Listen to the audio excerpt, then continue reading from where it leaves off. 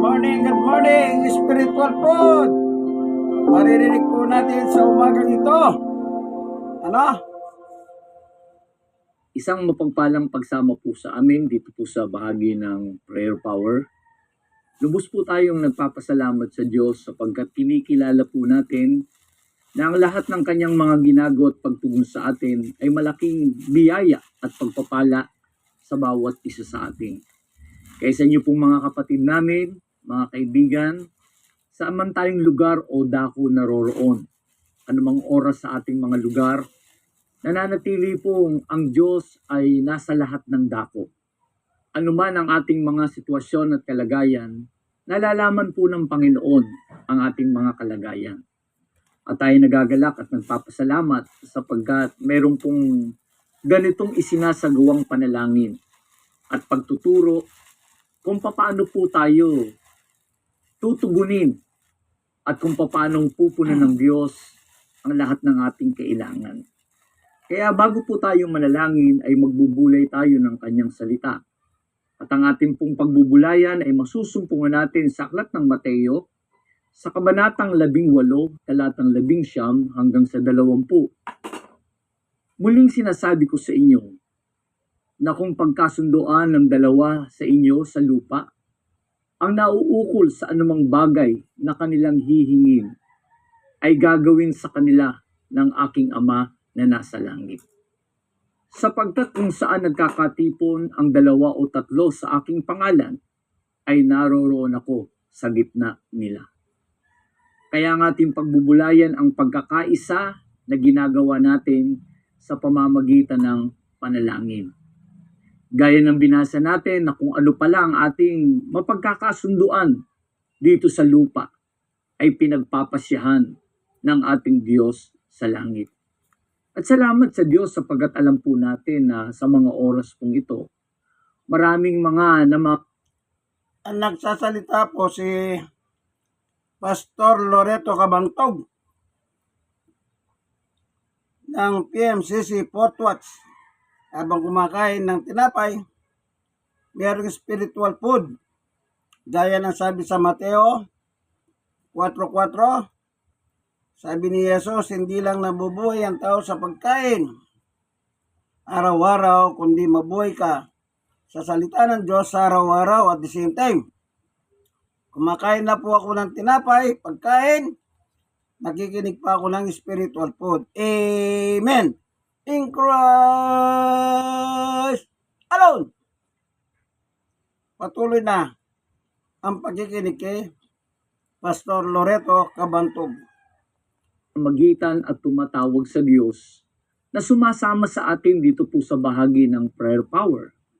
Salamat sapagkat may mga ganito tayong isinasagawa upang maranasan natin ang tulong at gawa ng Diyos sa atin. Kaya napakalaking bagay na tayo maging kaisa, maging bahagi sa ating mga pananalangin. At napakahalaga yung isinasagawa nating mga pamamagitan, lalo sa ating panahon na ang ating bansa ay dapat nating ipamagitan. Sa banal na kasulatan ay patuloy na ang Diyos ay nananawagan na ang kanyang bayan ay dapat magpakumbaba at tumawag sa kanya.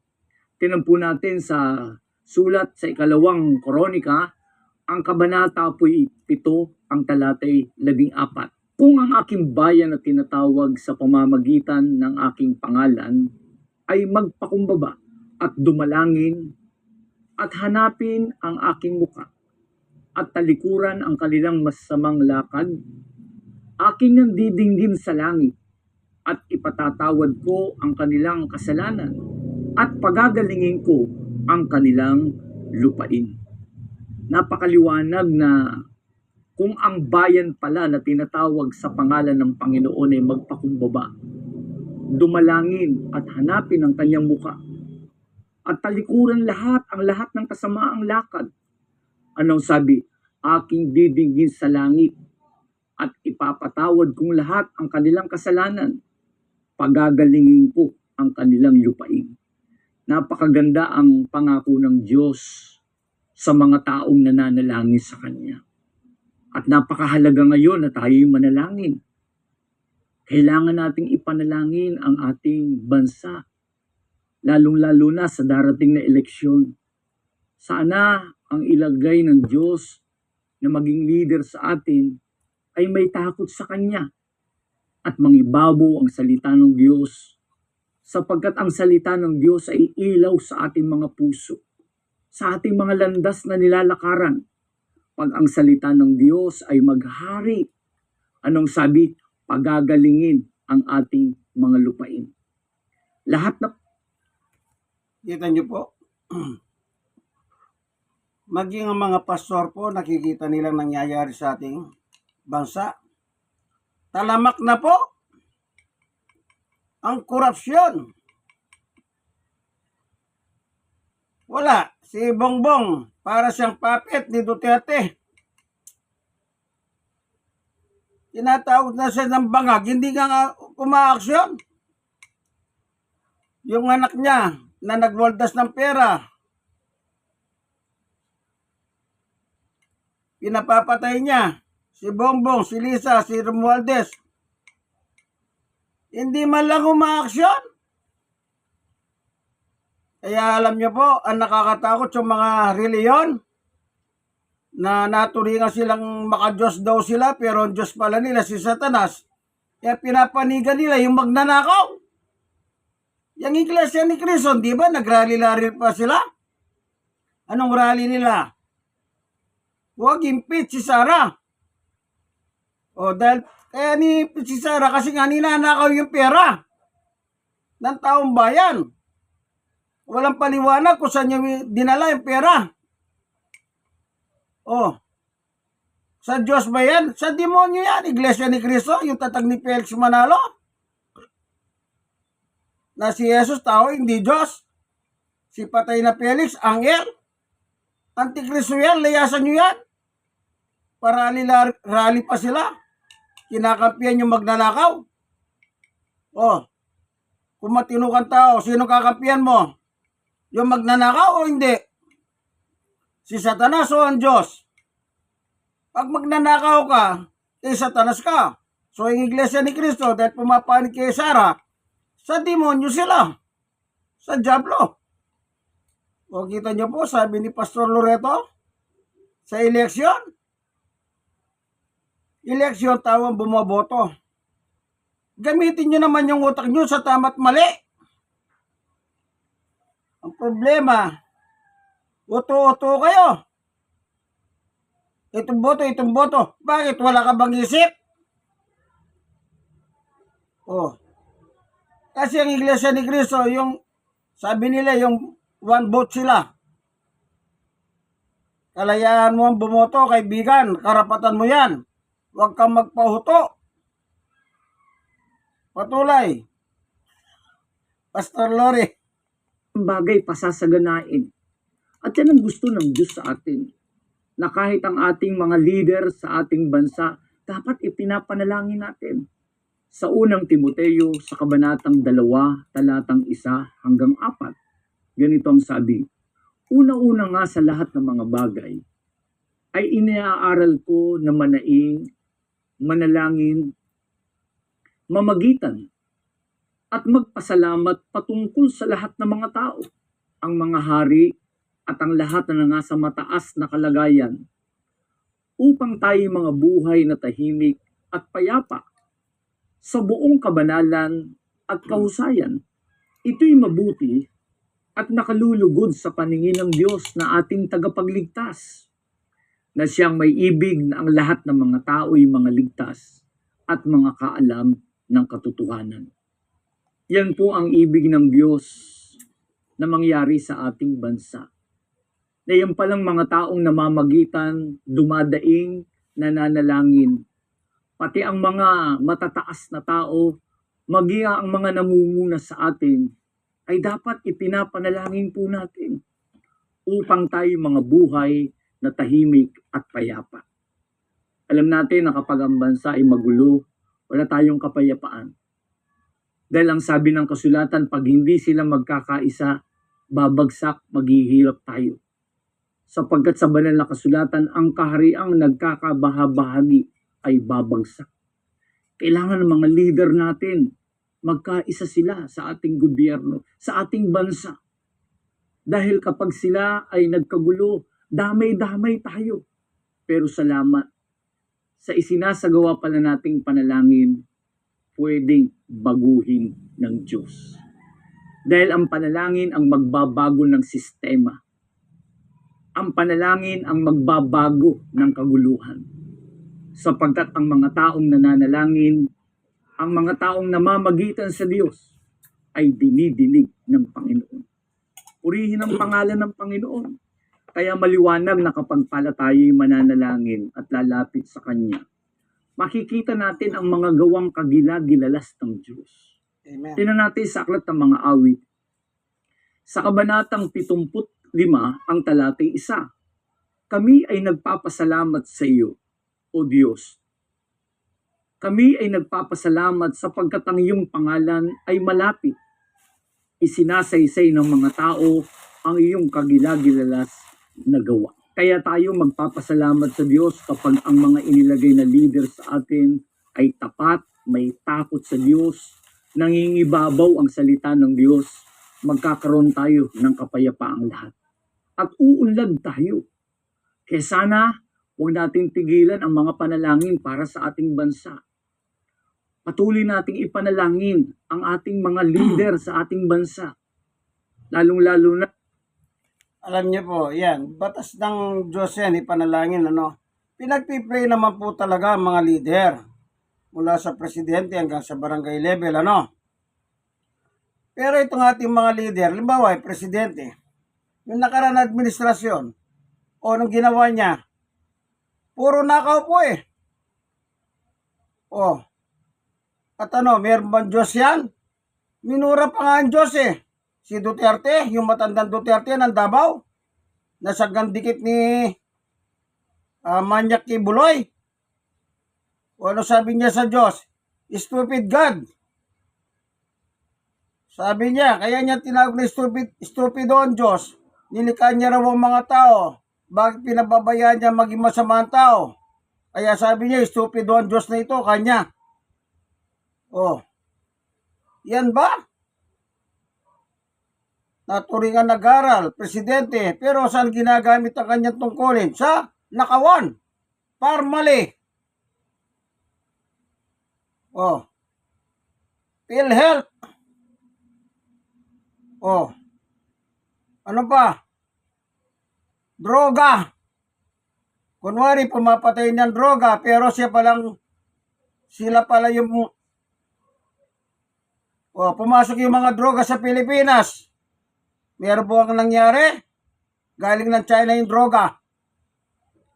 Meron bang ginawa? Gobyerno Duterte? Wala. Pero kahit ganun pa man, bilang mga Kristiyano, talagang pinagpipray po ang mga namumuno. Kaya sabi nga, sa politika, pumili naman kayo. Pumili naman kayo. Kung ako susundin niyo, huwag niyo iboboto yung both parties eh. Ang iboto niyo yung third force na kandidato. Huwag kang boboto sa padapa. Yung padapa, PDP kay Duterte, nandun si Kibuloy na manyak. Yung kay Marcos naman. Bata rin ni Duterte yung mga senador nito si Marcos. Boto nyo na lang po yung third force. Sana yun naman ang ilagay natin. Malay ninyo, makasungkit tayo ng ginto dyan. Yung meron talagang hutak na gagamitin para sa taong bayan. Tsaka bago mag-eleksyon, eleksyon bukas, bago kayo matulog, manalangin kayo, hingin nyo yung guidance ng Diyos. Pero, gamitin nyo rin ang isip ninyo. Pag-aralan ninyo yan. Kung yung kanilang, halimbawa, nasa PDP, padapa, sabi nila, ano yung padapa nyo yan? Magnanakaw, di wag mo na silang iboboto. Manyak sa laman. Huwag mo nang iboto. Sige, Buloy, nandun eh. Kay Marcos naman, bata rin yung Duterte yung kandidato niya eh. Huwag nyo na silang iboboto kung maaari lang. Oh. Ako iboboto ko yung third force. Yung kina Bam Aquino, yung grupo nila. Malay natin. Sila naman. Nakakasawa na yung pabalik-balik na mukha na yan. Oh. O doon sa kabila, meron pa Pepsi Paloma. Hallelujah. Sasabihin, wala naman daw nangyari. Anong wala? Napanood ko sa video nila, humingi sila na sorry kay Pepsi Paloma. Ayun, yung video na yun, hindi na makita. Siguro may magic. May magic eh. Tuloy, Pastor Lore. Itong darating na halalan, sana po maging mapayapa. Sana sawayin ng Diyos ang mga kaguluhan. Ang mga taong magugulo ay sawayin ng Panginoon. Ang mangibabaw ay ang pag-ibig at ang kapayapaang ibinibigay ng Diyos. Tandaan po natin, mahal tayo ng Panginoon. Amen. Ang Diyos ay patuloy na kumakalinga sa atin. Sapagkat ang kalinga ay ipinapahayag ng Diyos. Sapagkat kapag may kalinga, may pag-ibig sa bawat Pilipino. Amen? Kaya Amen. napakahalaga na tayo ay magpahayag lagi ng pananalangin sa Panginoon. Sapagkat sa Oh, party list. Kalinga party list. Kung may kalinga, may pag-ibig. Oh. Yan pong iboto ninyo. Kalinga party list. Sa mga party list po, Pag-iusap, yun na lang pong iboto ninyo. Kalinga party list. Nandun po hindi ko lang alam kung anong number siya. List lang po. Makakasigurado kayo, yung representative ng Kalinga party list ay maka-Diyos. Na po. Talaga subok na po yan. Hindi sila nagnanakaw. Bakit? Meron po silang waiver na pwedeng kalkalin ng kanilang bangko. Meron na po silang waiver na pag merong, hindi ba nangyari nung nakaraan, nung inamon sila, sabi sino ba? Panahon niya na yun nabuksan yung mga bank account kanila. Unang pumirma mo, Kalinga party list. Pero yung iba, umaksyon ba sila? Pumirma? Wala! Yung Kalinga party list. Kung may kalinga, may pag-ibig. Amen. Okay, tuloy, Pastor Lore. tayo ay pinapahayagan lahat mahal na mahal tayo ng Panginoon.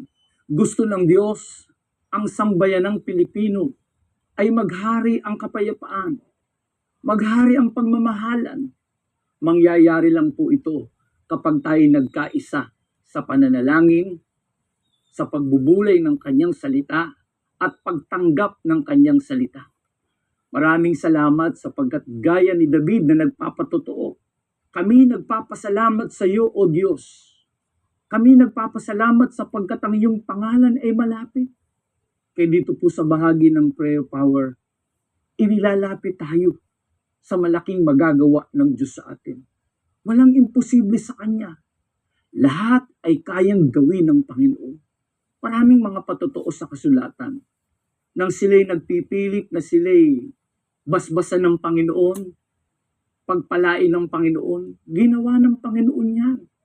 Tingnan natin ang patotoo sa aklat ng Henesis. Sa kabanatang 32, ang talatay 26 hanggang 29. Ganito ang sabi. At sinabi, bitawan mo ako, sapagkat nagbubukang liwayway na.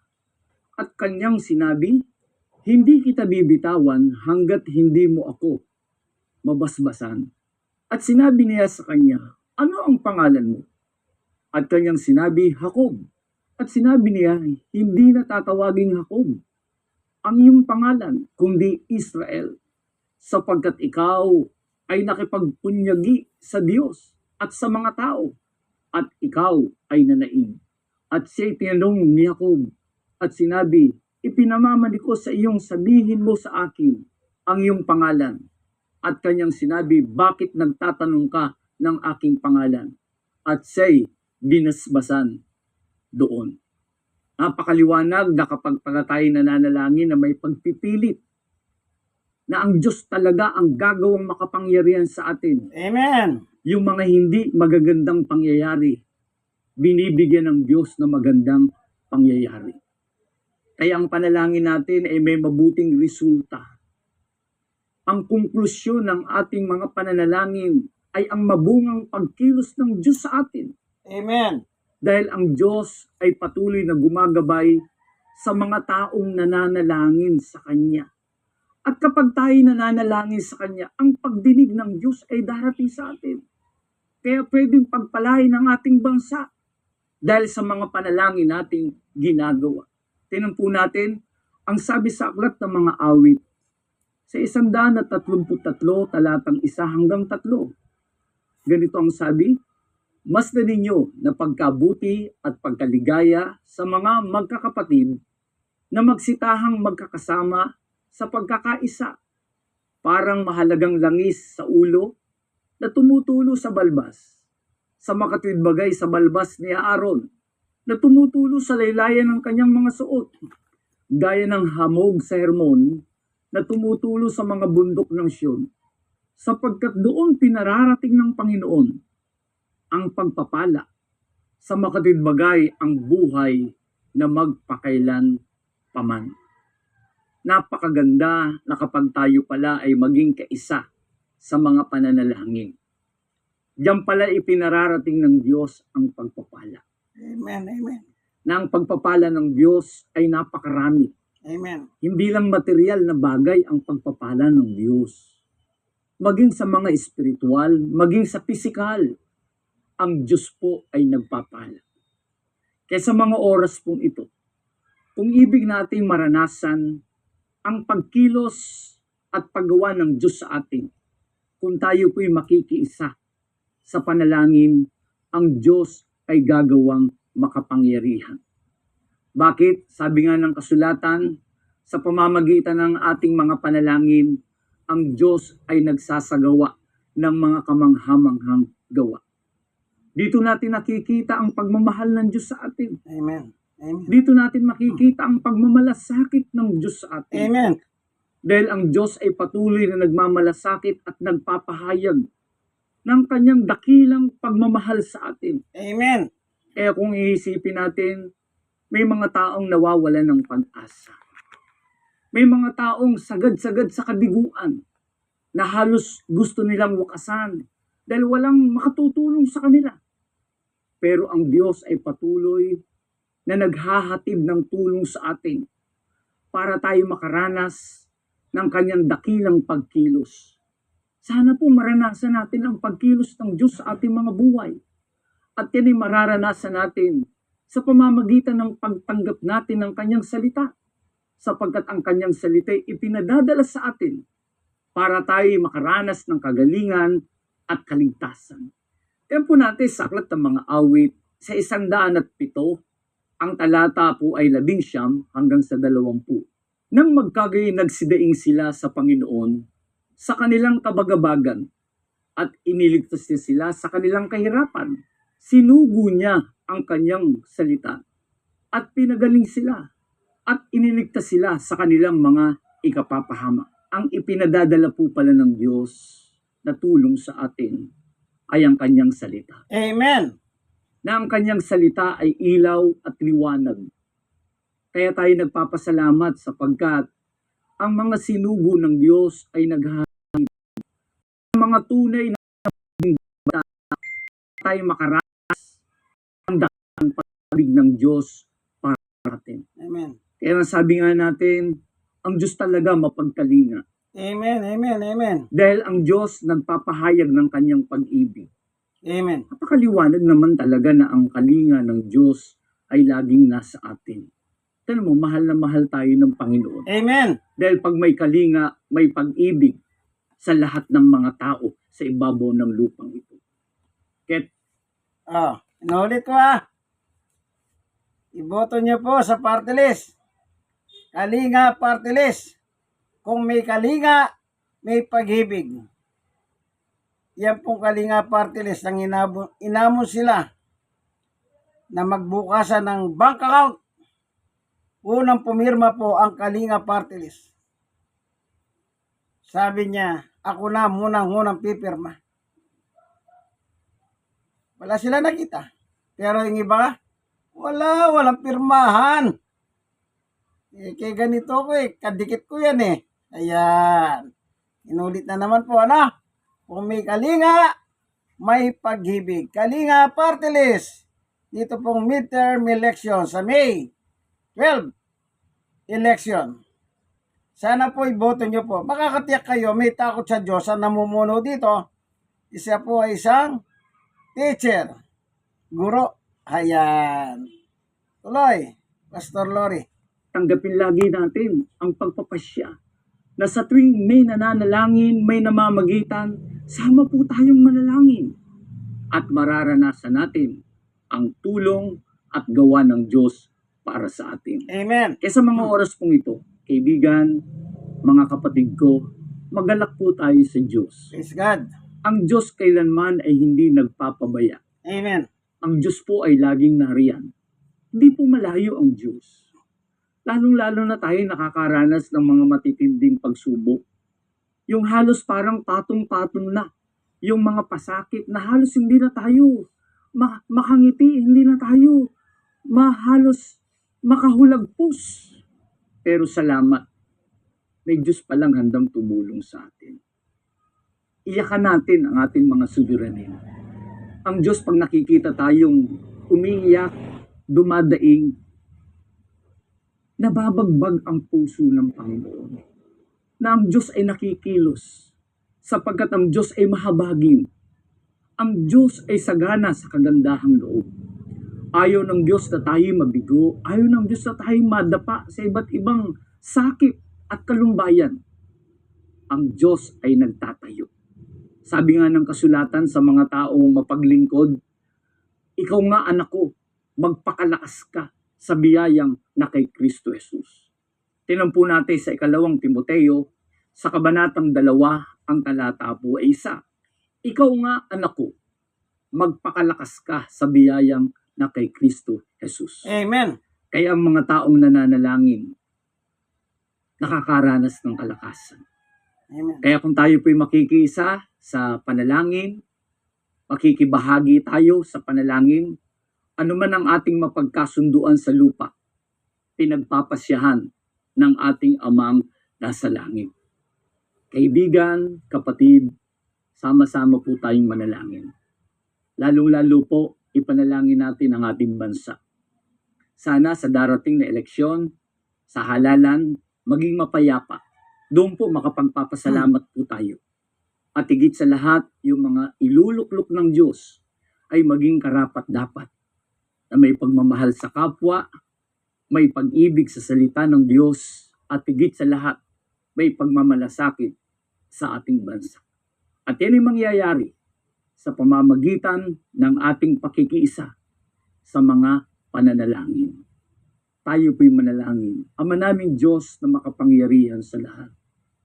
Maraming salamat po sa iyo sapagkat ikaw ay laging nakikinig sa amin.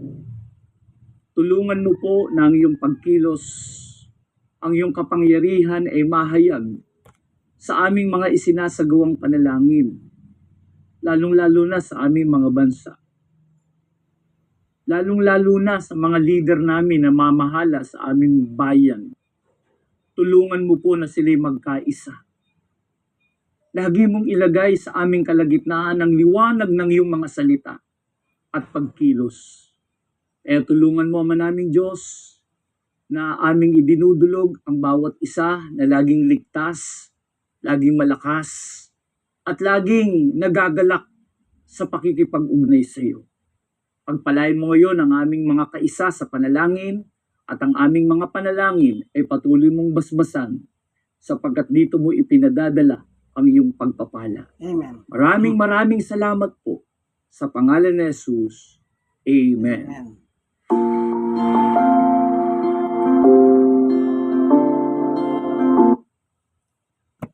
Alam niyo po, ang Diyos ang naglalagay talaga ng mga nasa posisyon.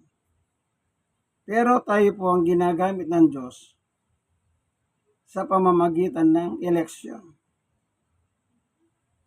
Ngayon, huwag lang kayong magpahuto kagaya ng Iglesia ni Cristo. Mga huto-huto yan eh. Sasabihin ng kanilang founder o namumuno kung sinong iboboto, lahat sila sunod-suno rin. Hindi ganon. Ang eleksyon, kalayahan ng bawat isa. Oo, iniingi natin ng tulong ng Diyos, pero tulungan natin ng Diyos sa pamamagitan ng paghahalal ng mga taong matitino. Tayo yung ginagamit ng Diyos sa pamamagitan ng eleksyon, ng paglalagay ng namumuno. Tayo po yung nagpapasya. Oh. Sabi ko nga po sa inyo, yung PDP kay Duterte, huwag nyo nang tangkiligin yun. Mamamatay tao yun eh. Eh di ba sabi ni Duterte, patayin yung mga senador na nakaupo ngayon para makapasok yung aking mga bata. Ngayon, dinimanda na siya. Nagalit na po yung pulis, si General Torre. Kinakasuhan na po siya sa NBI. Yung anak niya, may kaso na sa NBI, yung Sarah magnanakaw rin. Oh. Yung naman, yung bata ni Marcos na ngayon, kandidato niya, ayaw nila ng ayaw nilang impeachment kahit ninanakaw na ni Sarah pera ng taong bayan.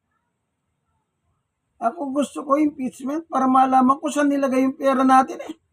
Hindi nila pera yun, pera natin. Pero pinipigilan nila ang batas. Ang batas, sabi ng batas, impeach. Sabi nila, ay hindi. Paano naman yung oh, mukhang pera. Kaya yun, meron nag-file po sa Supreme Court para utusan ng Supreme Court ay nirequest sa Supreme Court na utusan ng Senado para talakayin na yung impeachment labang kay Sarang magnanakaw ng perang taong bayan. Sige, hanggang dito na lamang po, spiritual food po yung dinala ni Pastor Loreto Cabantog sa prayer power na handog po ng Pentecostal Missionary Church of Christ Fort Watts. YouTube! Hindi sa akin yung mga video na yan, ha? Sana wag namang copyright na lang. Kaibigan, hanggang dito na lamang po. Like, share na share. Kayo mga nasharean, mag-share po kayo. Ito ang inyong kaibigan kay Jesus, Brother Manny Bautista. Nawadat lang kayo ng video ito nasa maayos na kalagayan. God bless us all. Bye-bye. Vote wisely.